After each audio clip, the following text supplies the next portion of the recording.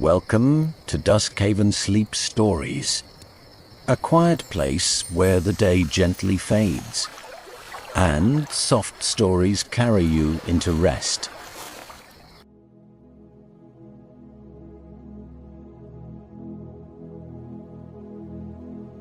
Hello, welcome back.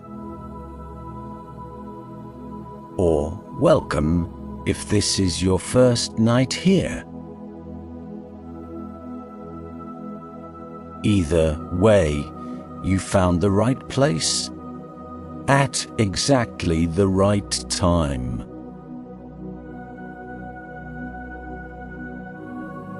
Tonight, let everything else fall away.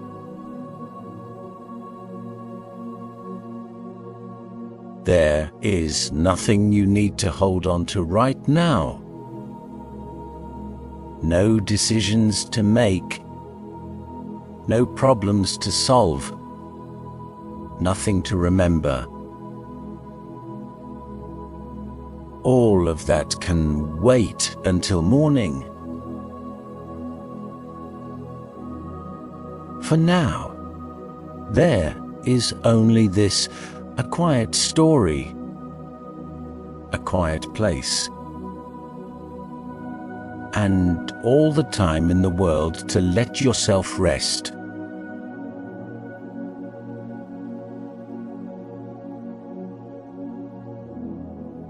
So before we begin, let yourself arrive.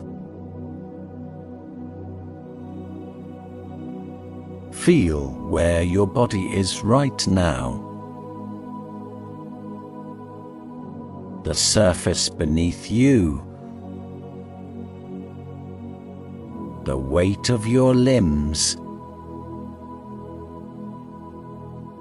The rise and fall of your chest. Let your shoulders drop.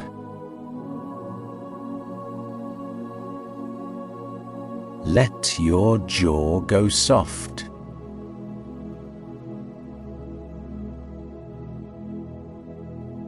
Take one breath in, slow and full, and let it out even slower.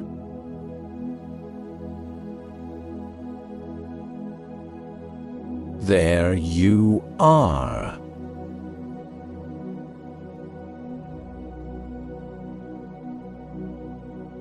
Now, let's take you somewhere quiet.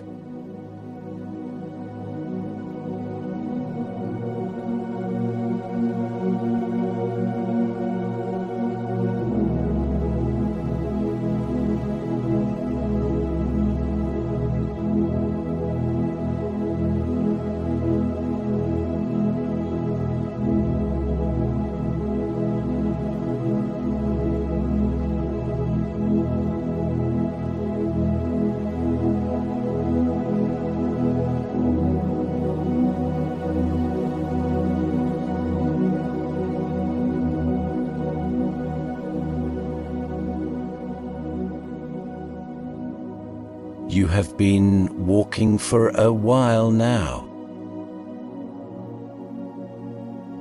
Not a tired kind of walking, or rather, the good kind of tired, the earned kind,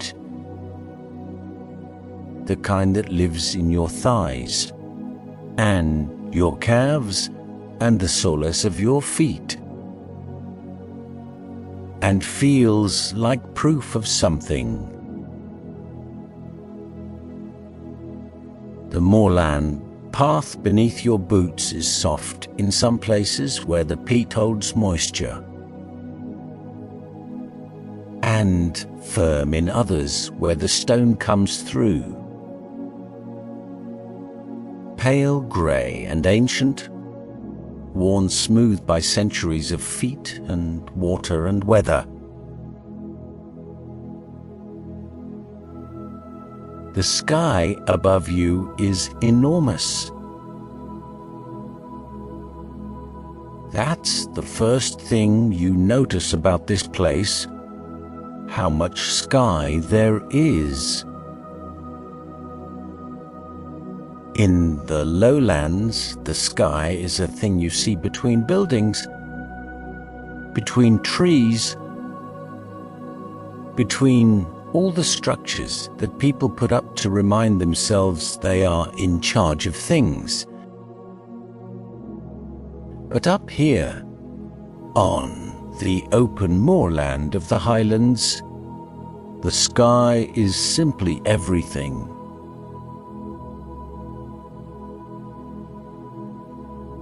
It goes in every direction. It curves down to meet the hills on all sides, and you are standing underneath all of it, and it is very large, and you are very small, and somehow that is the most comforting thing in the world.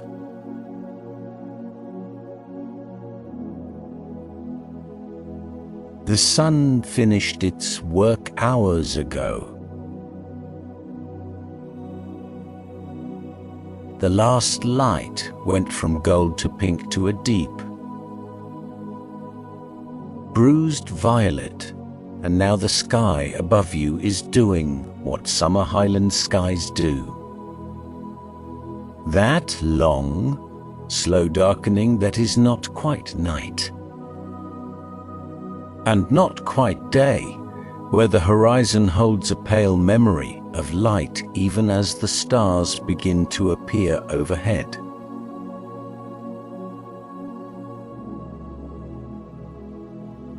You stop for a moment.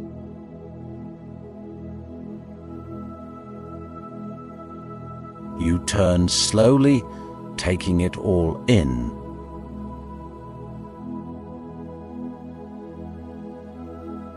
To the east, the moorland rolls away in long, dark waves of heather. Not blooming yet, still a deep grey-green at this hour. Though, you know, that in a few more weeks it will turn the whole hillside purple. To the west, the valley is filling with blue shadow, and the silver thread of the river at its bottom has gone dark. To the north, the ridge rises sharper and blacker against the pale sky, jagged at the top where old rock has broken through.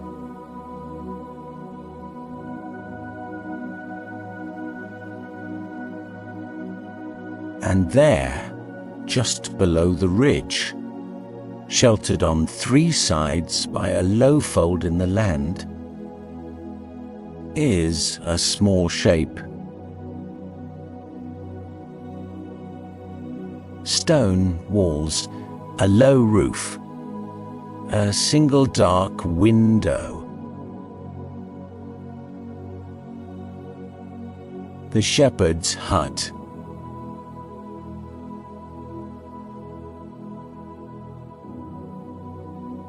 You take a breath of the Highland air, cold and clean, and faintly peaty. The smell of a place that has been wild for a very long time, and intends to stay that way, and you walk toward it.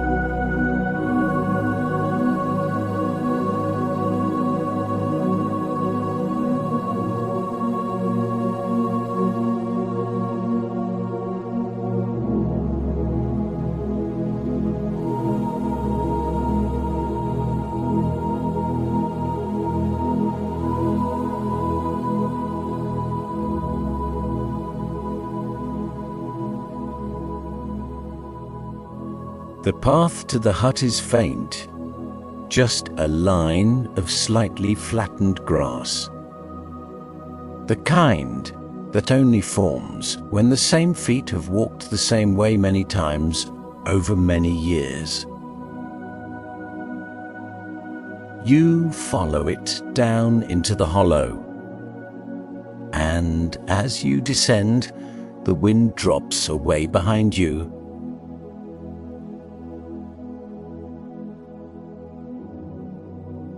The hollow holds a particular quiet, not silence.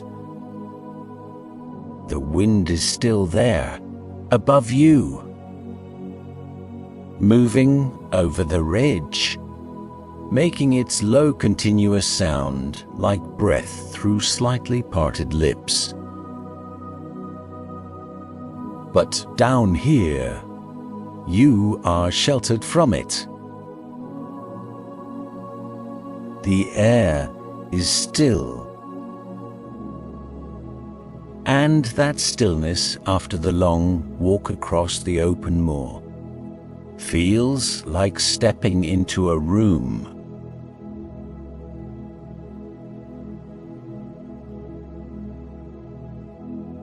The hut is small. It is made of rough granite stones, fitted together with great patience and no mortar. The gaps filled with a mixture of dry grass and earth that has hardened over the years into something almost like stone itself. The walls are thick, perhaps 2 feet thick, maybe more. And they lean very slightly inward at the top, giving the hut the look of something that has been here long enough to have settled into the hill, to have decided it belongs.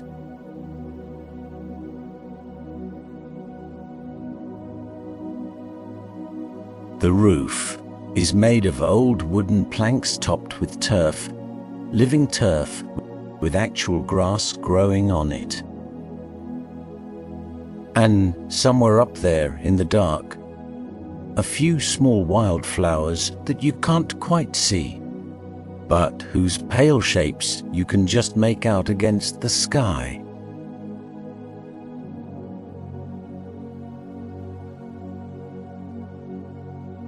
The door is low. You have to duck slightly to reach the iron latch. It is cold under your hand. The particular cold of metal that has been outdoors for a very long time. And it lifts with a heavy, satisfying clunk. And the door swings inward on hinges that groan very softly, just once, and then are quiet. You step inside.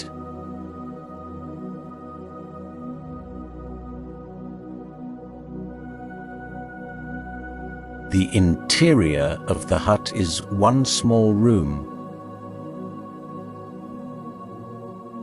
Your eyes adjust slowly.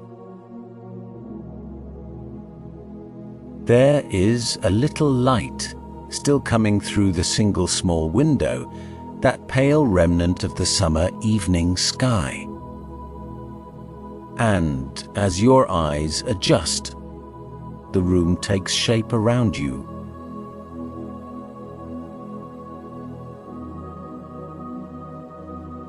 To your left, a narrow wooden shelf runs the length of the wall, and on it, a tin cup, a small jar with a stub of candle in it, a box of matches, a folded piece of cloth.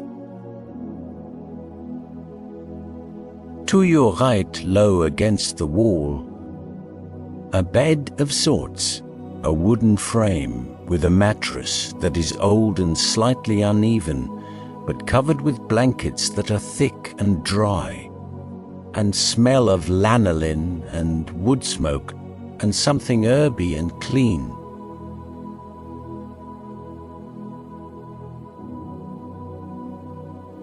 In the center of the room, a small iron stove. Cold now, but laid ready. Someone has left a bundle of dry peat in the basket beside it, and a little pile of kindling. And the knowledge that it can be lit fills the small room with a warmth it doesn't yet have.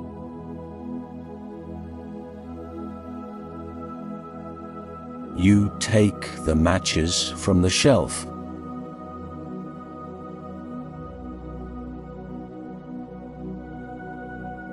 The fire takes on the third try. First the kindling, small curls of dry wood that catch quickly, burning bright and quick, throwing a dancing light across the stone walls. Then you add the peat, piece by piece. And the peat is slower to catch. And for a moment you watch the fire carefully, the way you tend anything new and uncertain.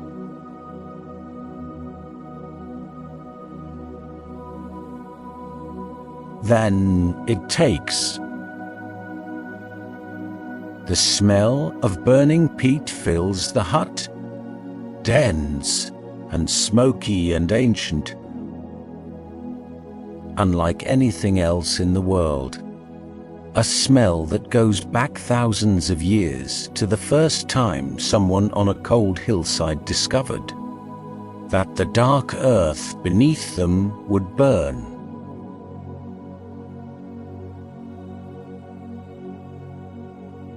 The iron stove begins very slowly to tick as it warms.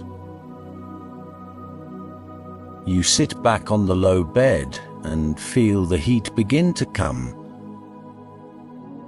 Not dramatically, not all at once, but gradually, the way warmth always finds its way. Creeping first to your hands, and then to your face, and then, slowly, to the cold core of you that the long walk across the moor had made aware of itself.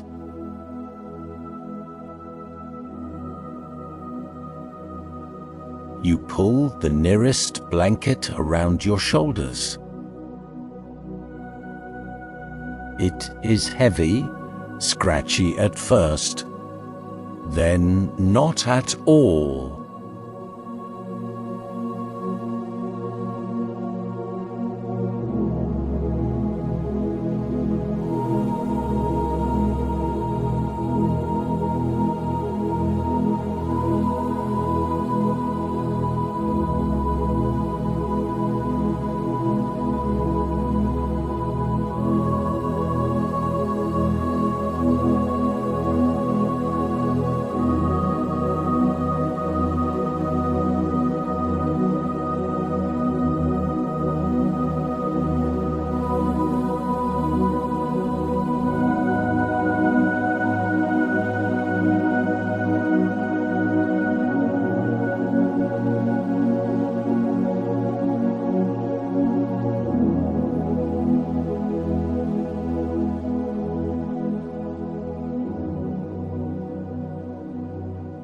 There is a small kettle on the shelf beside the stove. You fill it from the flask you have been carrying. Cold spring water, collected that afternoon from a stream so clear you could count the stones at the bottom. and you set it on the top of the stove, where it sits, and waits and very slowly begins to make the faintest ticking sound as the metal heats.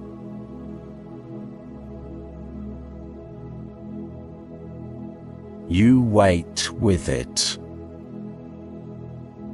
There is nothing else to do, and that is not a problem.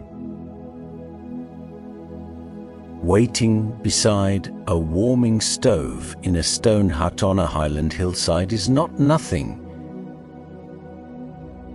It is, in fact, quite a lot. It is exactly the right amount of something.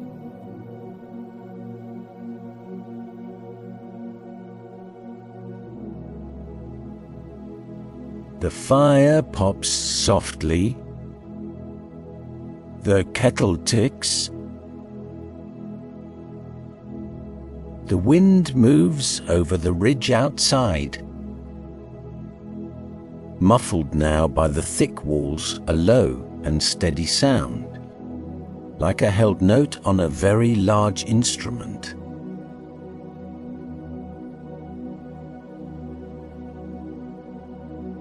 You light the candle. The flame rises and steadies, and the hut shifts into a different register. No longer a dark room with a glowing stove, but a lit room, small and warm and complete. The shadows settled into the corners in a way that feels chosen rather than accidental.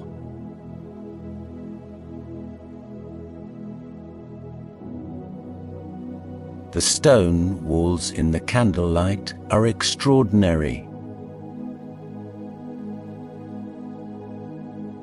You look at them for a while.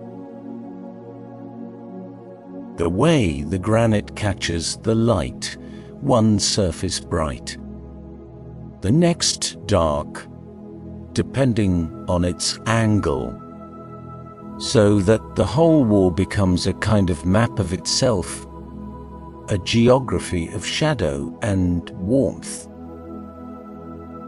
You can see where certain stones are different colors, a vein of quartz running through one, white and faintly glittering, another that is almost pink in this light, almost soft-looking, though, you know, if you pressed your palm against it, it would be cold and absolutely hard.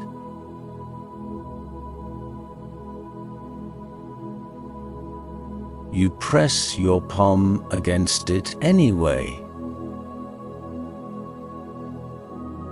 Cold, hard,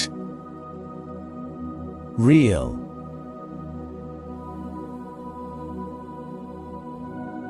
You leave your hand there for a moment, feeling the deep chill of the stone that the fire hasn't reached yet, feeling the weight of all those layers, the stone, the hill, the dark earth below it, the old and patient rock below that.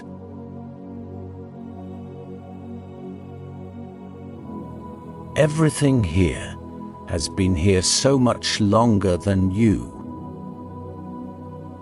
There is something restful in that.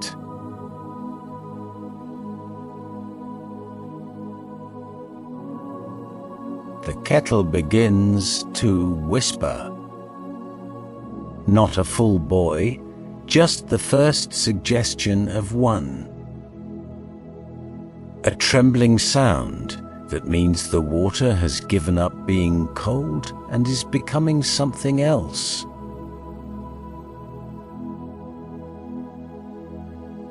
you find a small tin of dried herbs on the shelf, wrapped in cloth, tied with string, unlabeled. But when you open it, the smell is unmistakable. Chamomile and something else. Something darker and sweeter. Heather, perhaps. Or meadowsweet.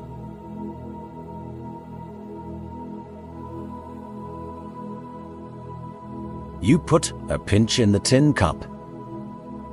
When the kettle sings, you pour.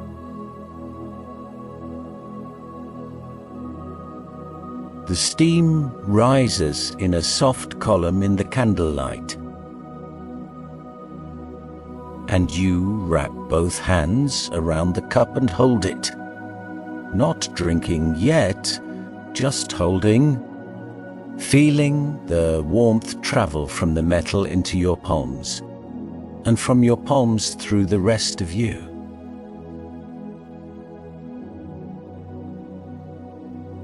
You breathe in the steam. It is the smell of the hillside, condensed. The smell of plants that have been growing in thin Highland soil, and clean cold air for their whole short lives. You take a sip. It is very good.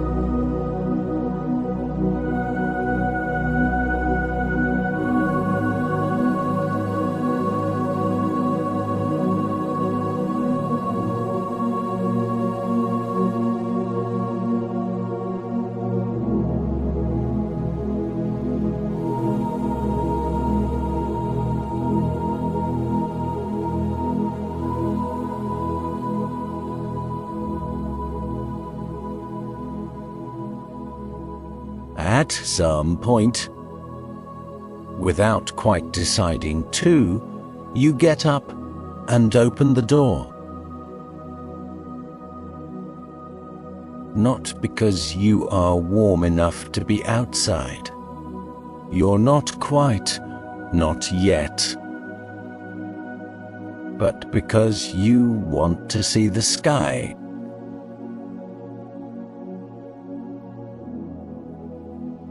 You stand in the doorway. The warmth of the hut at your back. The cool dark of the night before you. And the sky. Oh, the sky. You have seen stars before. Of course you have. But you have not seen them like this, or not recently enough that your body remembers what it feels like. There are so many of them. Not the 20 or 30 familiar stars of a city sky, but thousands. Tens of thousands. Too many to hold in your eyes at once. So your gaze keeps shifting, keeps finding new clusters and new depths, new distances. Because the stars are not all the same distance away. And somehow you can feel that here, on a dark hillside, with no light anywhere to compete, You can feel the depth of the sky, the immensity of it, the way it goes back and back and back into a dark that has no end.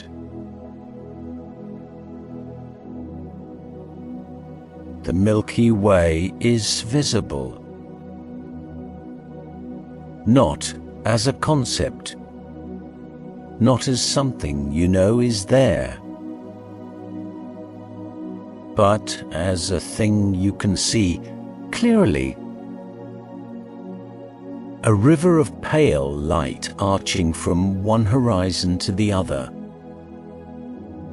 slightly smeared, slightly soft at its edges. The accumulated glow of more stars than your mind can make sense of.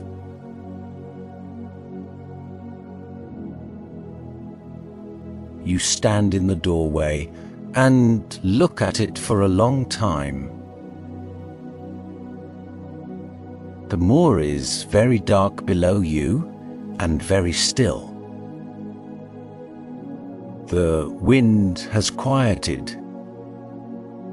You can hear, somewhere in the distance, further than it seems it should be, the sound of the river in the valley, a low continuous murmur, barely there.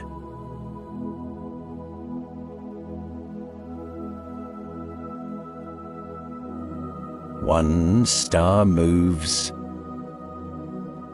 slowly, steadily, in a straight line. A satellite crossing the sky from west to east. A tiny traveling point of light among all the ancient fixed ones. You watch it until it disappears beyond the ridge. Then you go back inside.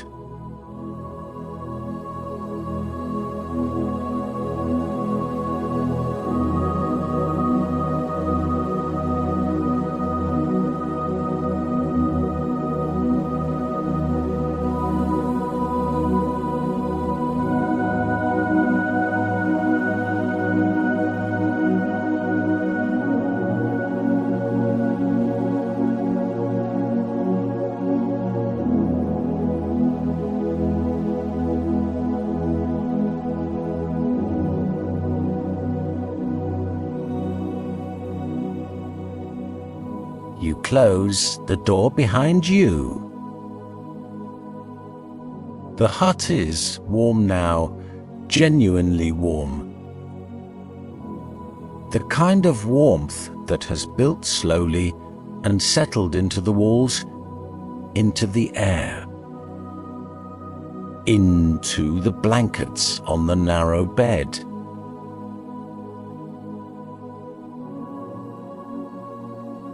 The candle is lower than it was. You finish the last of the tea. It has cooled to the perfect temperature, no longer too hot. Just warm, and you set the tin cup down on the shelf and listen to the small sounds of the room.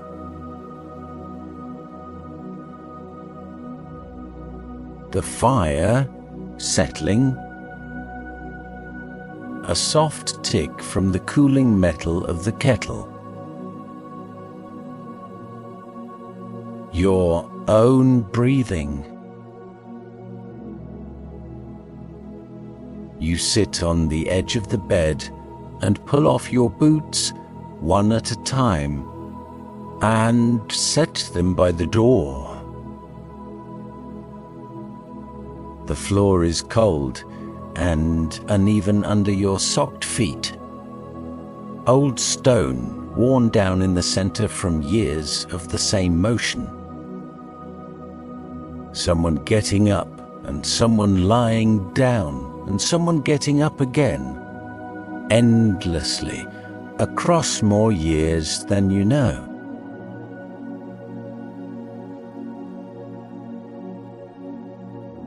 You lie down. The mattress takes your weight. The blankets, there are 3 of them.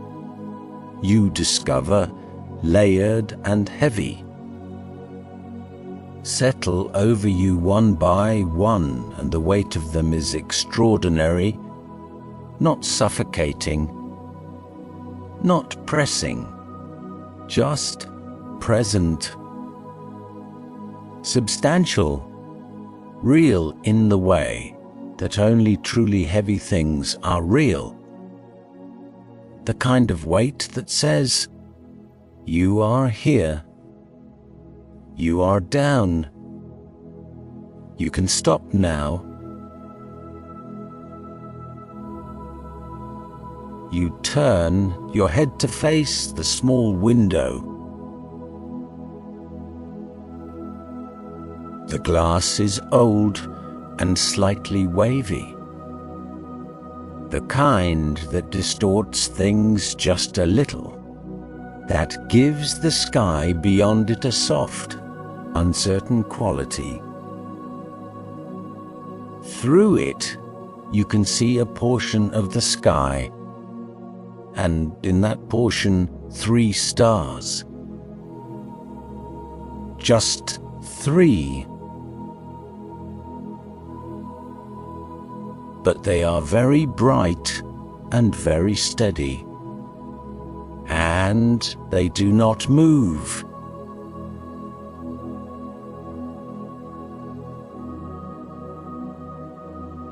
The candle flame drops lower.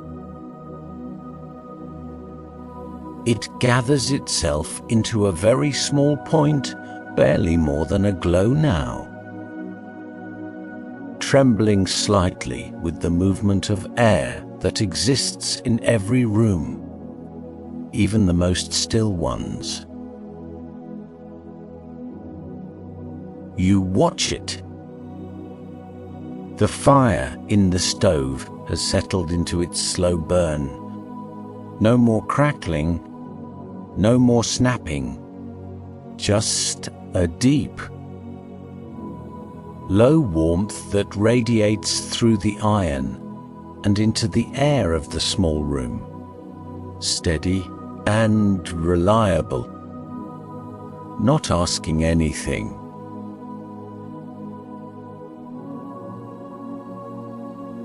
Your eyes are very heavy. This is the thing about high places. You think, or half think, because thinking is getting harder now. Thoughts are getting thinner and shorter and further apart. High places hold a quality of air that the body knows. Cleaner, thinner. The kind of air that the lungs take gratefully, and the blood carries quickly, and the body uses well. And afterward, after breathing it all day, the body simply knows it is time to rest.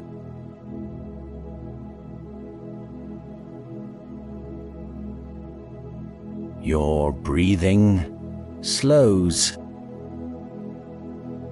The 3 stars in the small wavy window. The low warmth of the stove. The weight of the blankets. The smell of peat smoke and chamomile and cold stone. And the particular dark scent of Highland earth that has been soaking up all the warmth and weather of summer for months, and holds it now quietly in the dark. The candle goes out on its own. The room is not dark. The fire behind the iron grate gives just enough warmth-colored light to make the darkness soft rather than absolute. A darkness you can rest inside rather than one you have to resist.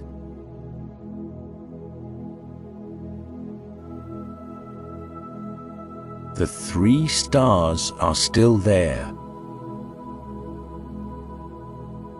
still bright, still steady.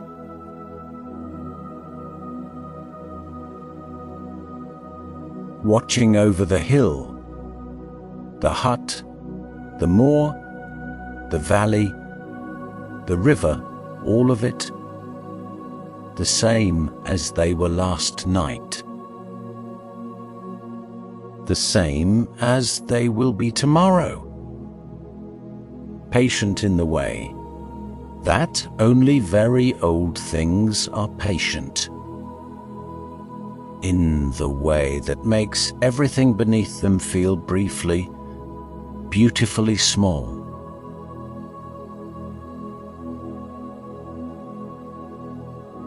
You close your eyes. The hillside breathes. You breathe with it.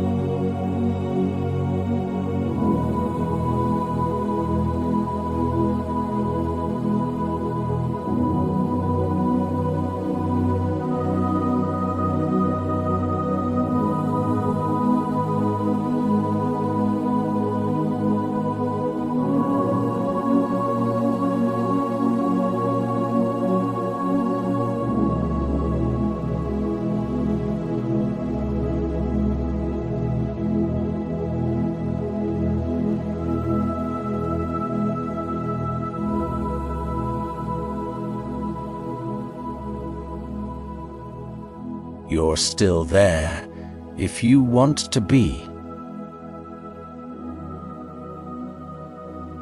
In that small warm room on the hillside, under that blanket, under those stars.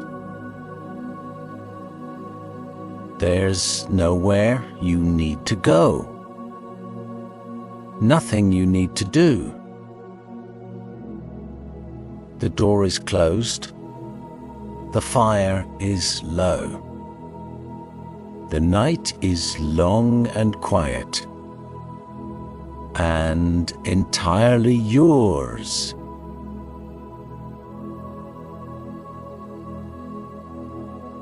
Feel the weight of the blankets. Feel the ground beneath you, how solid it is, how entirely it holds you.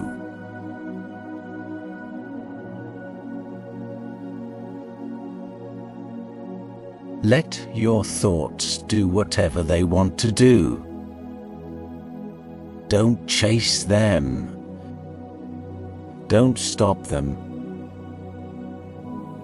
Just let them come and let them go, the way the wind moves over the ridge, arriving, passing, and leaving the hillside exactly as it was.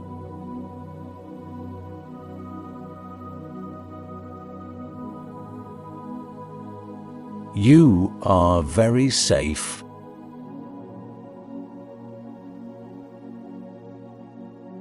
You are very still.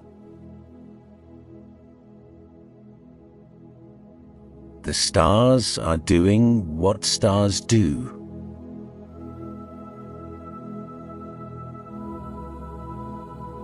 and you are doing what you need to do.